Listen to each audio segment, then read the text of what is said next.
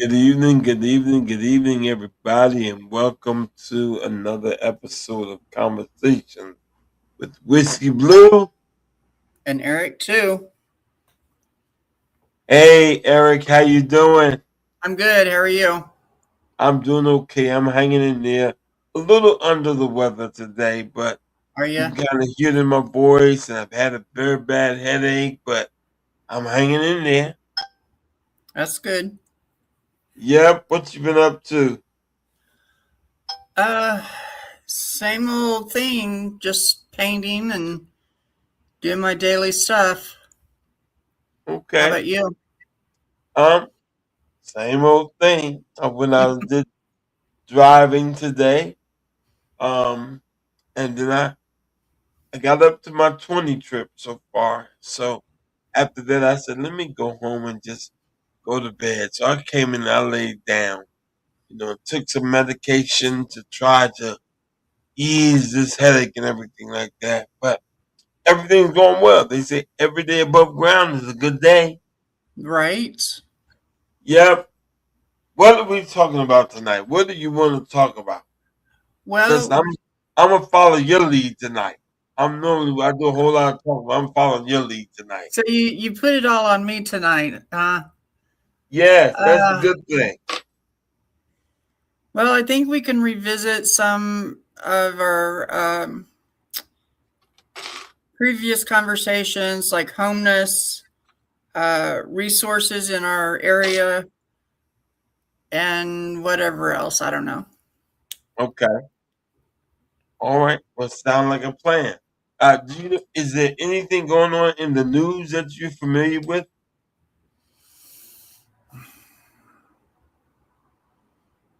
Not that I remember. Okay. I haven't been on Facebook. I haven't watched the news. Um, this this idiotic thing that Trump did, trying to sue the IRS.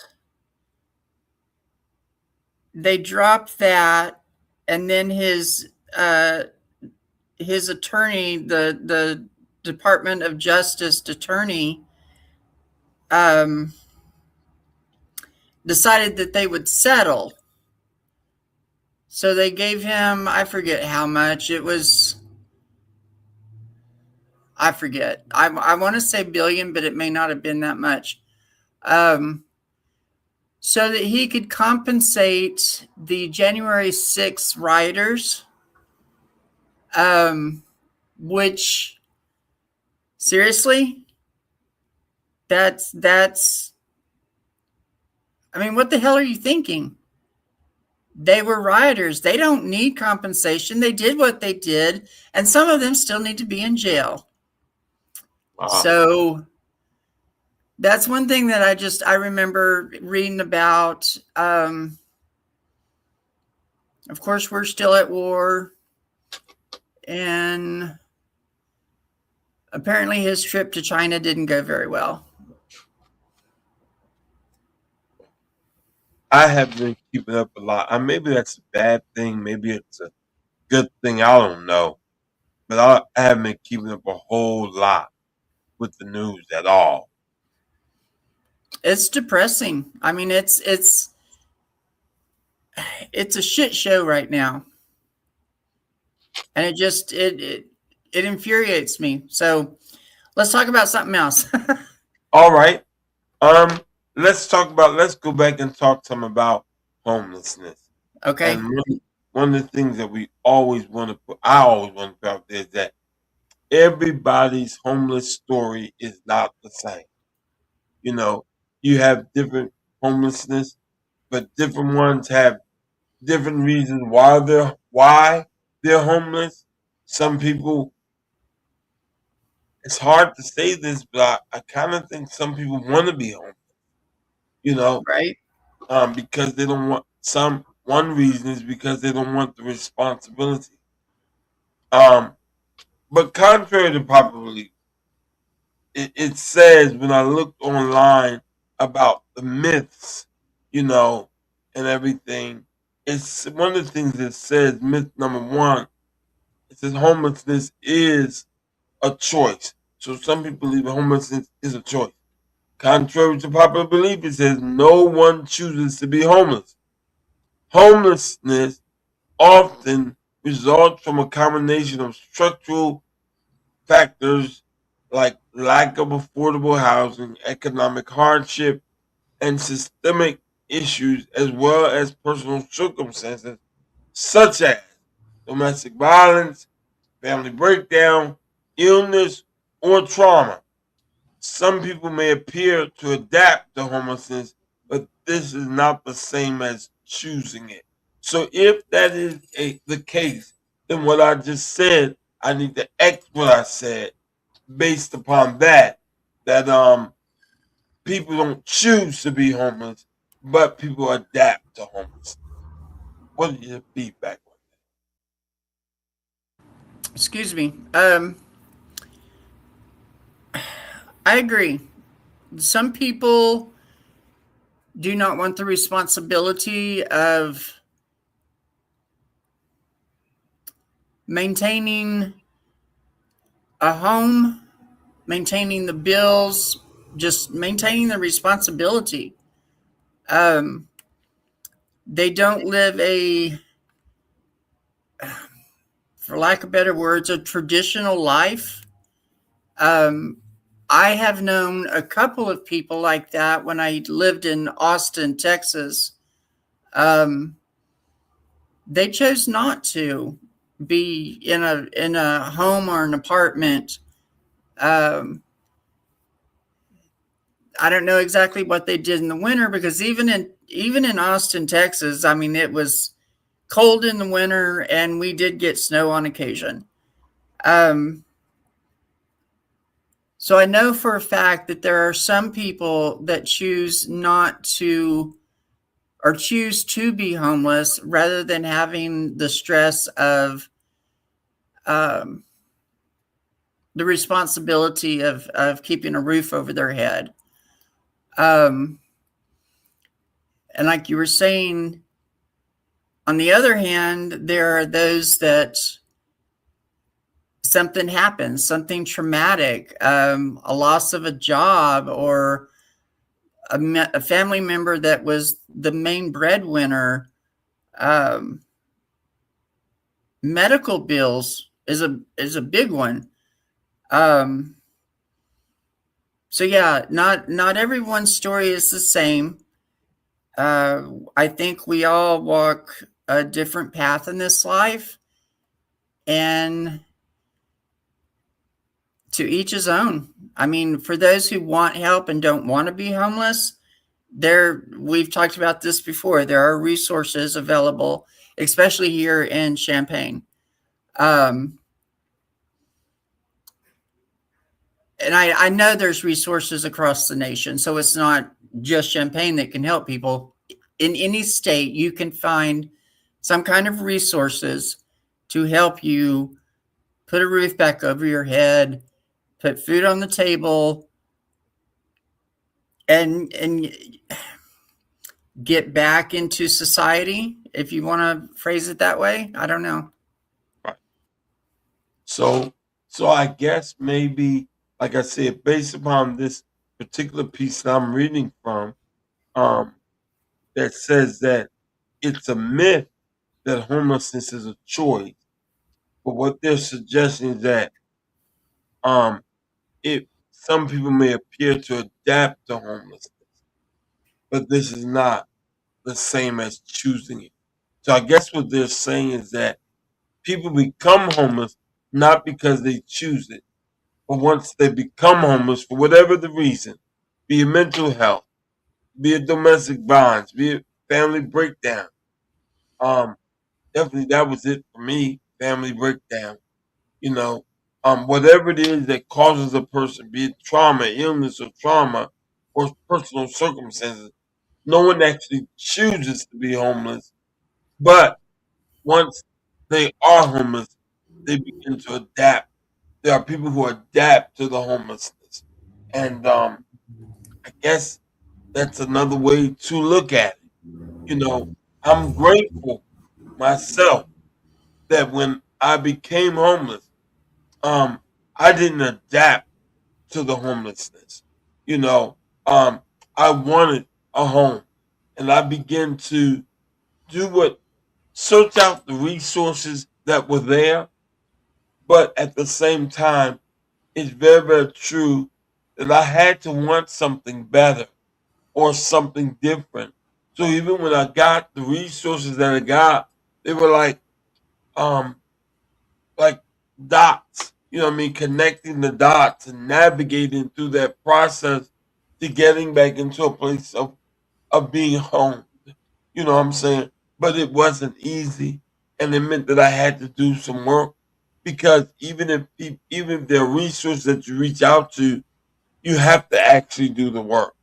You know, like one of the things for me, um, I needed a birth certificate because I lost everything, even my paperwork. So, um, there was a resource that would help me to get my um birth certificate because when you begin to search out housing and affordable housing, that's one of the things that they request is a birth certificate. So even if I had a place, I found the place, if I didn't have the information that I needed to move towards that once I apply or even get in. So there were things I had to do while I was homeless, even though I didn't want to be homeless. There was stuff that I had to do, and one of them Right. was getting a birth certificate. And I did that process while I was still down in Myrtle Beach. And I went to a coffee house there. And at that coffee house, there were people there that connected me. And the coffee house then gave me a voucher that would pay for my birth certificate. But by the time it came to the coffee house, I had left Myrtle Beach and had come here to Illinois. But I had to be the one to call back to that place, even though I was no longer there, and ask them if I had mail. And they said, "Yes, Mr. Rogers, your mail, you have mail, your birth certificate is here." And they were willing to mail it from where they were to where I am. But I had to call. If I didn't make that call back, they weren't just going to send it because they didn't know where I moved to. Well, that's awesome that they were willing to work with you. That was above and beyond because a lot of people wouldn't do that. And this being a coffee shop, a business, um, that was very sweet of them. Yeah, and you know what? Here's the thing about this particular coffee house. This particular coffee house was a coffee house that was actually catering to people who were homeless all day long. People who were homeless could come there, and they gave us our first cup of coffee for free.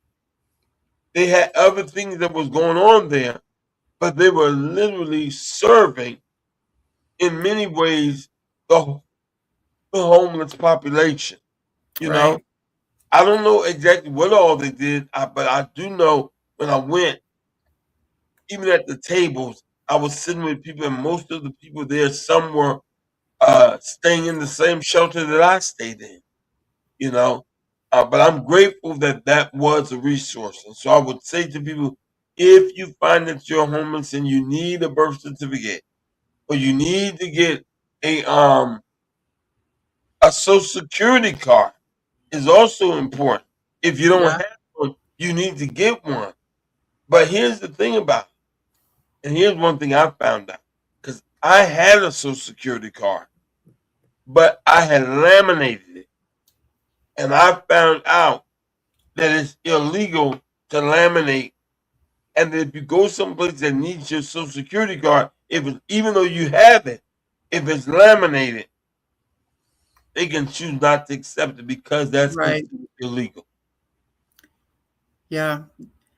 The best thing to keep, I mean, you can get a, um, like an ID sleeve. Uh huh. You can, because you can put it in and out Right. and not seal it completely. if because I have my original social security card, um, and it looks hammered. Um, but I try to protect it as much as I can.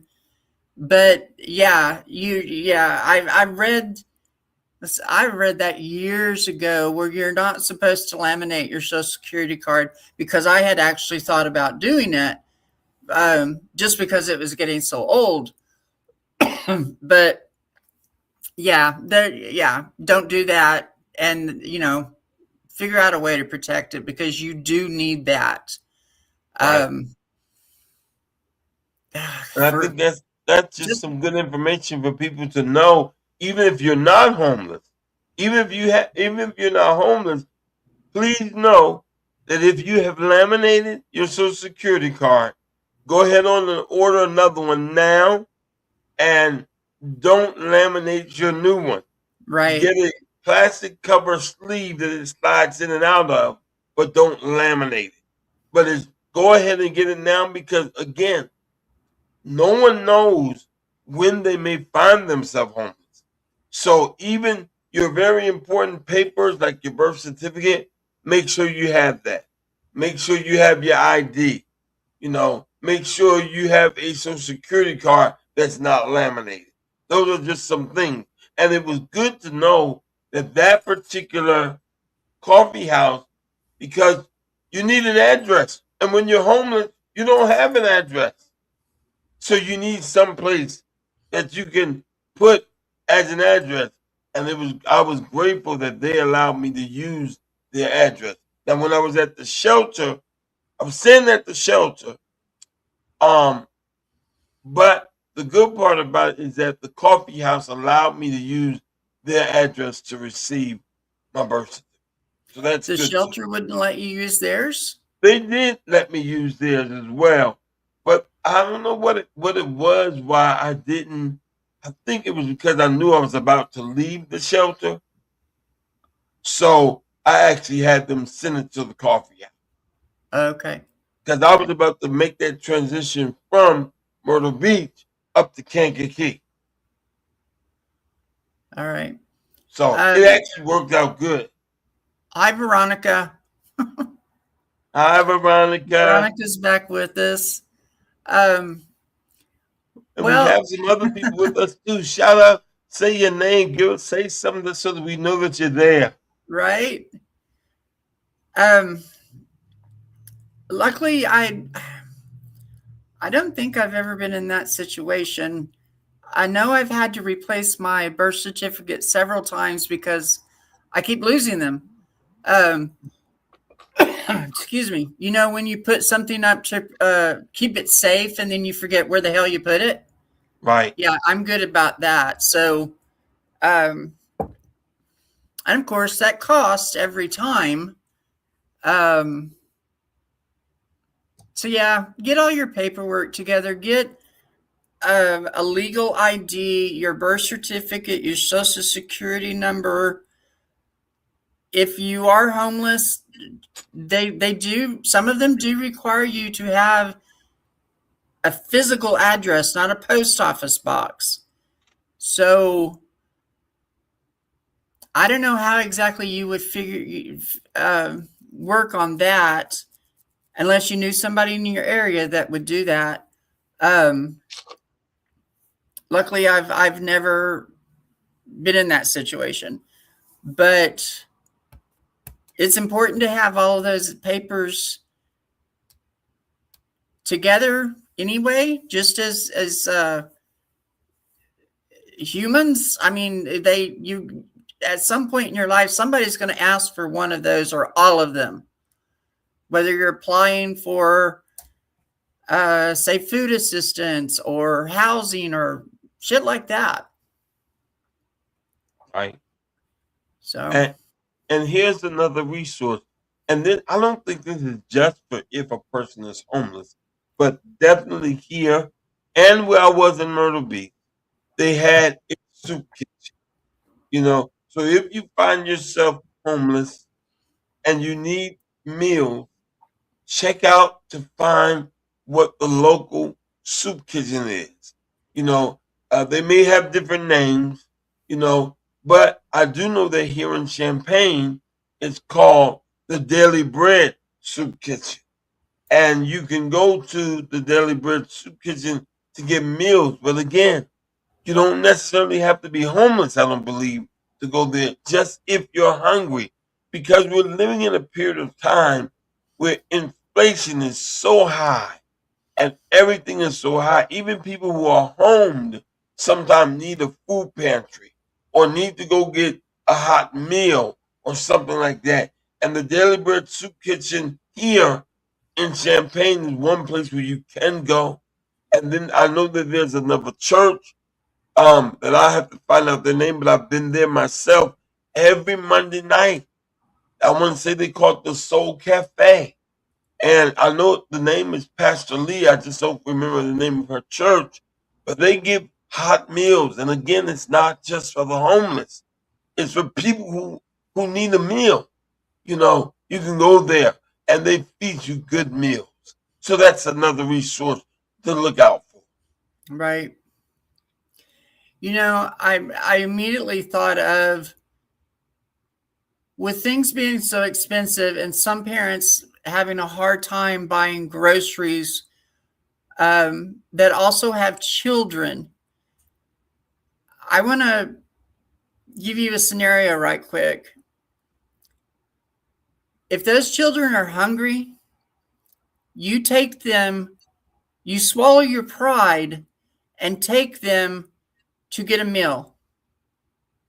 Because when they grow up, they'll remember that mom and dad or grandma or whatever never let me go hungry. But they won't remember as much as that, oh, we had to eat at the soup kitchen when I was young. They won't remember that as much, because to them, if they're young, they're thinking, oh, this is another restaurant. But if they go hungry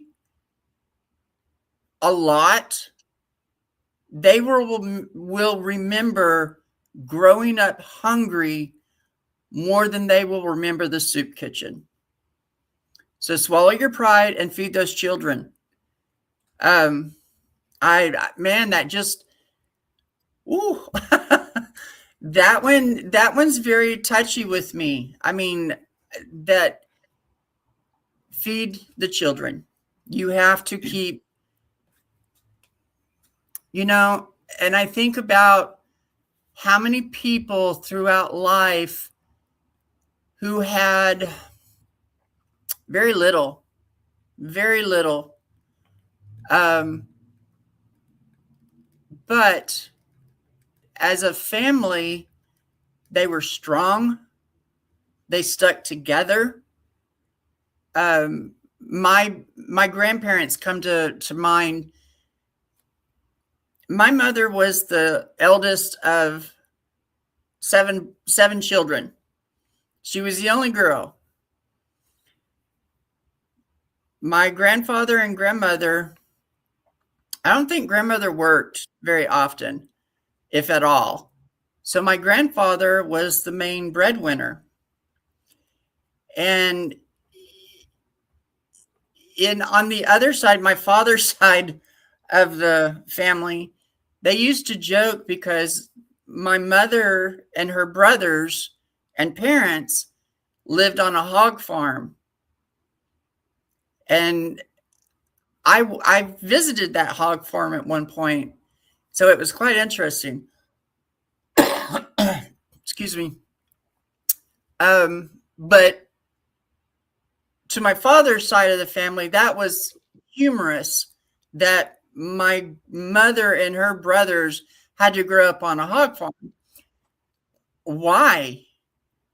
It infuriated me because, one, my grandfather had a job. They provided housing. Now, however many you put in that housing was up to you, because there were only a limited number of bedrooms.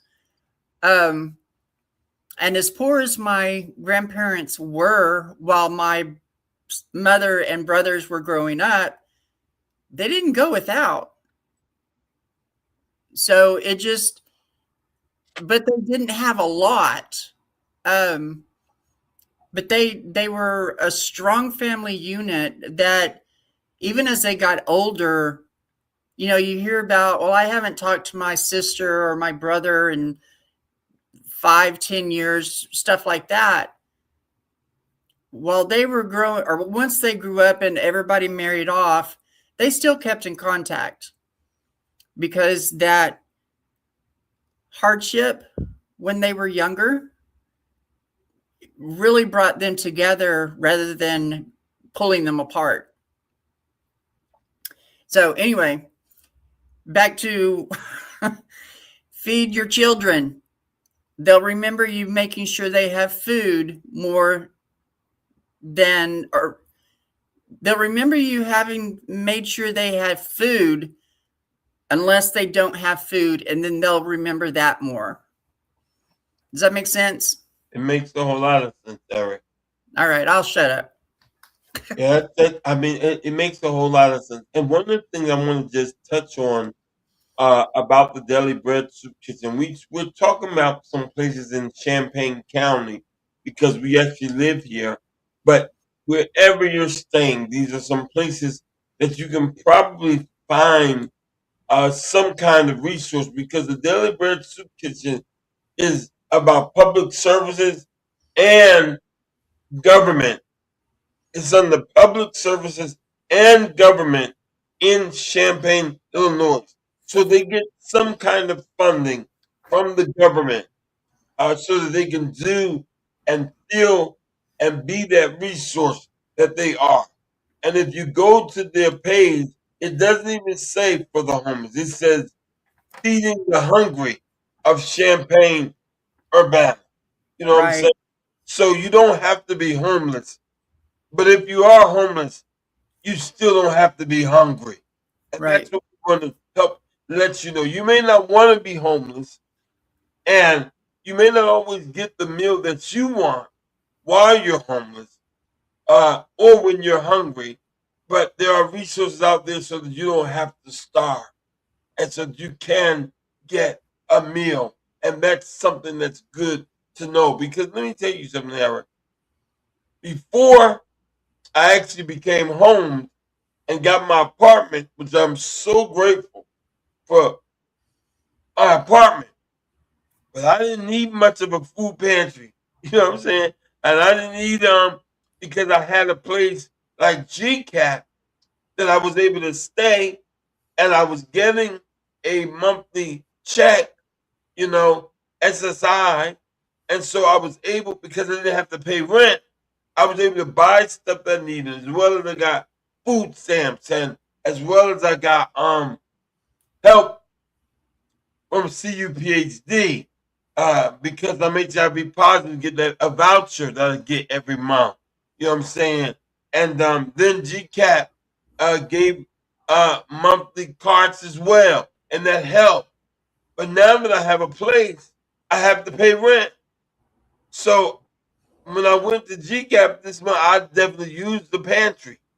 And I may very well go more to the Monday Night Soul Cafe. I may have to go to the Daily Bread Soup Kitchen for some meals as well, because now I have responsibilities, And so when before I didn't have them, now I have more responsibilities. right. And I can't be so proud where I don't go for the resources. If I need it, I'm going to go there. Yeah. Yeah. I haven't been to any. I luckily, knock wood, I haven't had to partake of any of the soup kitchens. I've only used the food pantry at GCAP on Uh-huh. occasion. Um, but luckily, I have enough income that I can still, along with my food stamp card, because I do have one of those. Um, I'm able to supplement with my own money to make sure I eat, but that is not the case for everyone. There's places to eat for free if you are hungry or homeless. There's no excuse. Um, we have resources, and I was looking at this. This is a long list of just in Champaign County. So I don't know.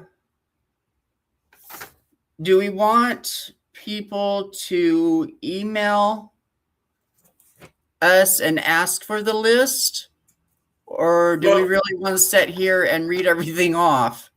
well, I would say this: we're not going to be here long this evening, and we can always come back to this topic because homelessness is not going to just go away overnight.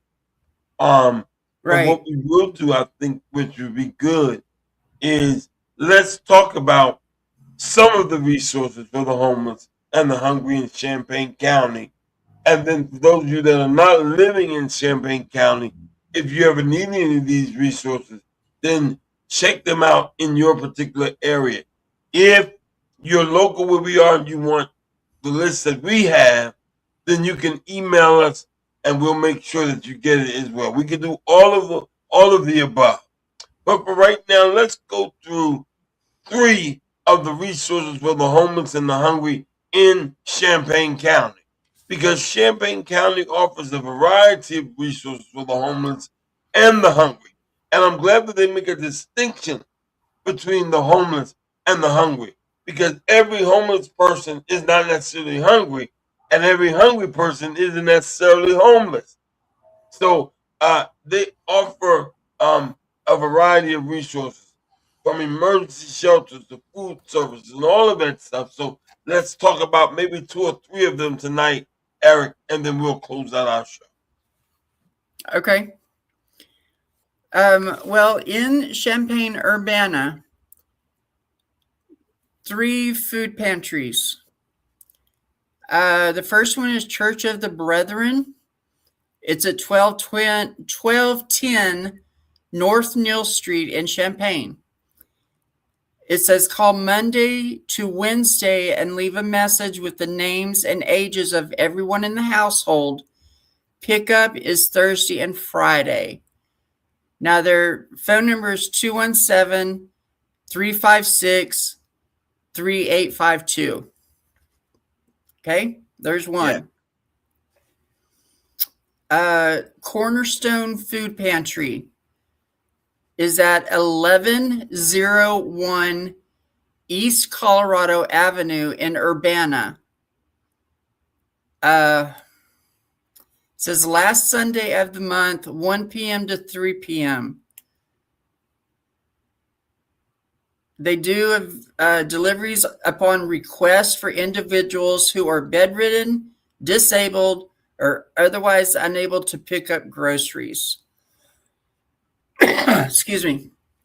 Their phone number is 217-402-2045. The next one is Eat Up, hosted by United Pride.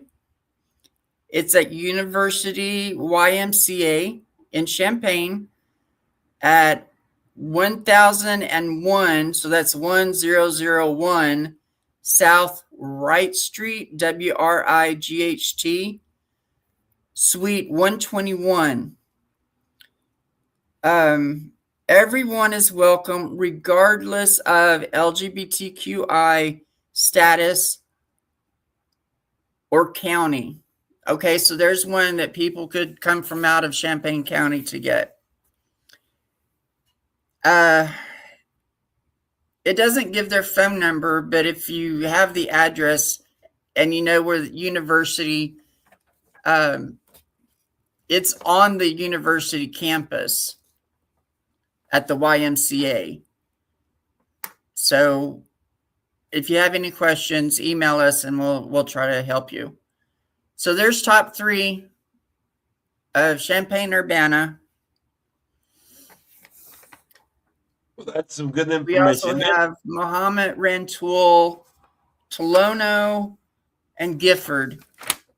I don't know that we have anyone in those counties right now, so we'll hold on to that. Okay.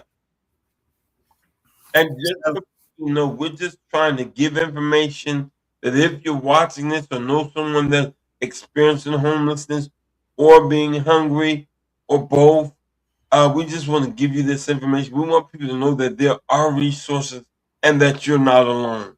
There are emergency shelters. Emergency shelters are facilities that provide temporary housing for individuals experiencing homelessness. You have food services, which we were just talking about, programs that distribute food to those in need, including emergency food pantries and meal services. You have supportive housing, which are programs that offer rental assistance and supportive services for individuals experiencing homelessness. You have community resources, a comprehensive list of vital services, including mental health, food sources, and legal assistance if you need it. And then you also have Cunningham Township resources, a list of digital inclusion and food resources accessible by members of the community. And ultimately, if you need to know 211 for immediate assistance or to learn more about these services, individuals can contact 211 or visit the respective website for more detailed information. So there is help out there. You are not alone. There are resources. We just want you to know there are resources. And if we can help you, email us and we'll do everything we can to help you connect with the resources that are out there if you need yep. You're going to have to come over and help me get the email set back up on my laptop. them. I don't Okay? know what the deal is. I had to put my laptop back to factory setting and I Okay? lost a lot of shit. All right. So, yeah. But yes, if, like we both said, if there are any questions, email us. Whisky can still get to the emails right now, but we will do our best to answer your questions. Um, so that's one way of getting a hold of us. Uh, Yes.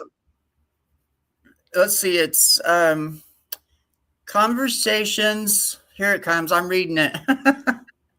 Conversations W/Whiskey Blue and Eric 2 is the inverse conversations wb.et@gmail.com. Yes. Yeah. That's it. That's the email. So y'all Yep. have the email. It's been scrolling across the screen.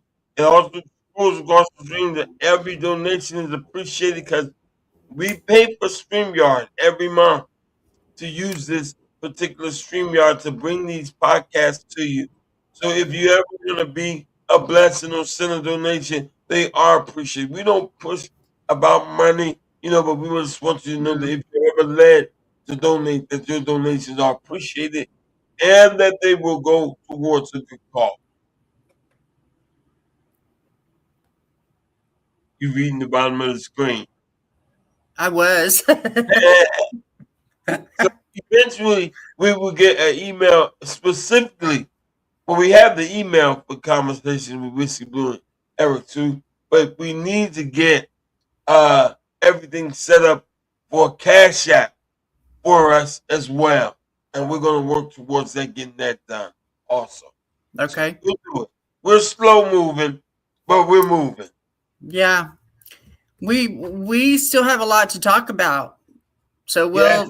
we'll keep coming back and hopefully this will catch some interest of some people that really need the information.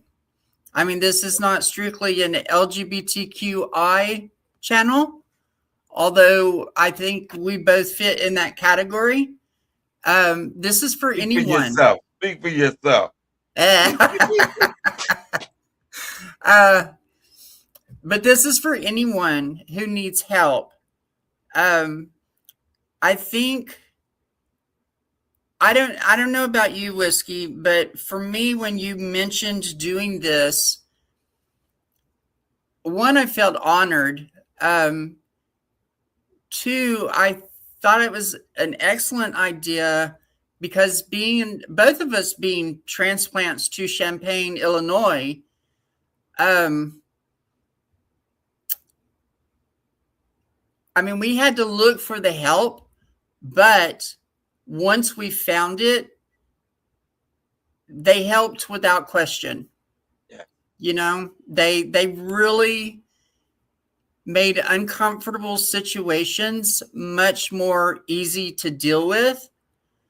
And I know we don't want to concentrate just on Champaign County, um, but as well as they have treated us, I think we owe them a huge kudos because I know there are other people who are in our boat or in the same boat that we were in that are still looking for help. yeah, So if you're in this area, again, give us a shout out and we'll try to help as much as possible. I know I've heard good and bad about the healthcare system around here. Um, I am from Texas, where you're lucky if you get what you need because Texas doesn't want to help people, period. Um, so I can compare Texas healthcare to Illinois healthcare, and believe me, y'all have got it going on up here. Um, you're going to hear bad stories as well as good stories about any hospital on this planet.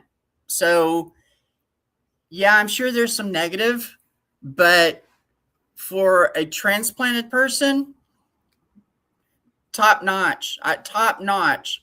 I'm sure there it could be even better, but from what I came from to what I received when I got here, no comparison at all. So, and I will say, go ahead. no, go ahead. I was going to tell you that you froze up. Am I still froze? You're a little jerky, but you're not frozen. You said I'm a little jerky. How about that? So, tell me when I start moving the right way. You're good. Okay.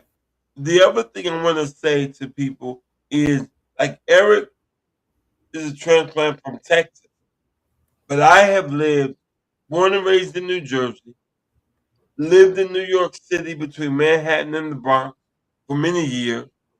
Um, I've also lived in Baltimore, Maryland.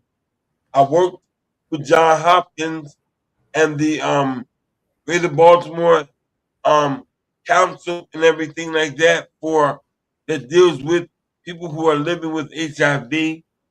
I was with John Hopkins for their Consumer Advisory Board, as well as I lived down in South Carolina for a brief spell. And all of them have good health systems. I know that they have good health systems as well for people who are living with HIV. So if you see and are watching this podcast tonight, and if you live in any of those places, definitely again know if you find out that you're HIV positive, or if you're moving to one of those areas, know that there are good services there where you do not have to be alone and you can receive the care that you need. You know, there are some great people in all of those places that are working hard. Number one, for people who are living with HIV, for people who find themselves homeless, and even if you're at risk of becoming homeless, there are resources out there that will help you with your rent so that you don't have to become homeless. Because once you become homeless, it's a lot harder getting back home than if you are already housed and just need some assistance to be able to stay where you are. So I just wanted to put that out there as well. Excellent Let thought. you know that there's an organization called that we're building called Persons Living with and Affected by HIV United, which is not just for people who are HIV positive, but people who are allies and caregivers and family members of people, so we can all get together. Because what people don't realize is that there can be some funding cuts, and if we don't stand together, if the LGBTQI plus community don't stand together, if people who are living with HIV and AIDS, don't come together and work together because there's strength in unity. I posted this on our page today, and I'm grateful for Veronica because Veronica does a lot of the admin work. Even though she is not HIV positive, she has a passion and a heart for being a part of helping persons living with and affected by HIV. And so I posted something today that said the House subcommittee provides $529 million for HOPWA for the fiscal year 2027. This is a level funding from last year, and we celebrate that it isn't a cut, but we want more. So tell your Senate that we need 600 million for Hopwa, not just 529 million, but 600 million. Let's keep working together, so that we can continue to get the funding that's needed.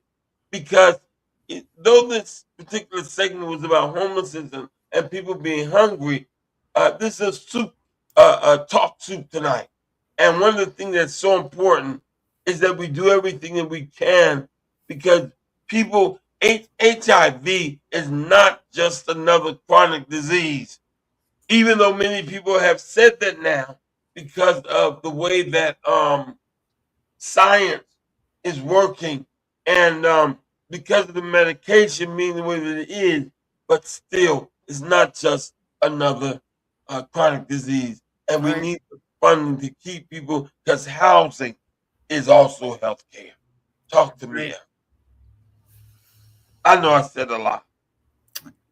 You said some good stuff. Keep So going. if you all come across this particular podcast and you're not a member, a person living with and affected by HIV United, please, please become a member. All right? Because I promise you, just being a part of it will help us out to continue the fight against HIV and AIDS. Yep. Do you have any closing words, Eric? Say again. Do you have any closing words? Closing words. I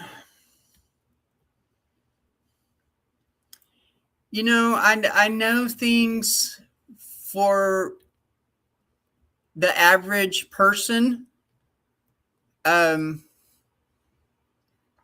can seem pretty daunting right now with the economy, the government, um, immigration. I mean, you name it. It all feels so heavy. Um, I try when I wake up in the morning. I try not to think about it too much, or I'll just stay in bed. But you have to, and I know this sounds so cheesy. Um, you have to hold your head up and not take on the problems of the world. Um, Concentrate on you, take care of you and yours, and we hope that the rest of this will solve itself and things will work out better in the end. So those are my closing thoughts.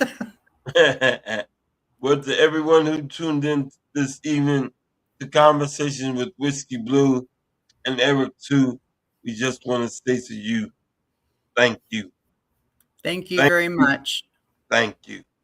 And We're getting up out of here on today, and we'll see you on our next episode, which will be the first Thursday in the month of June. So now we're coming to you every first and third Thursday. So we'll be back on the first Thursday in June. You all have Hold a good on. evening. Let me get the calendar.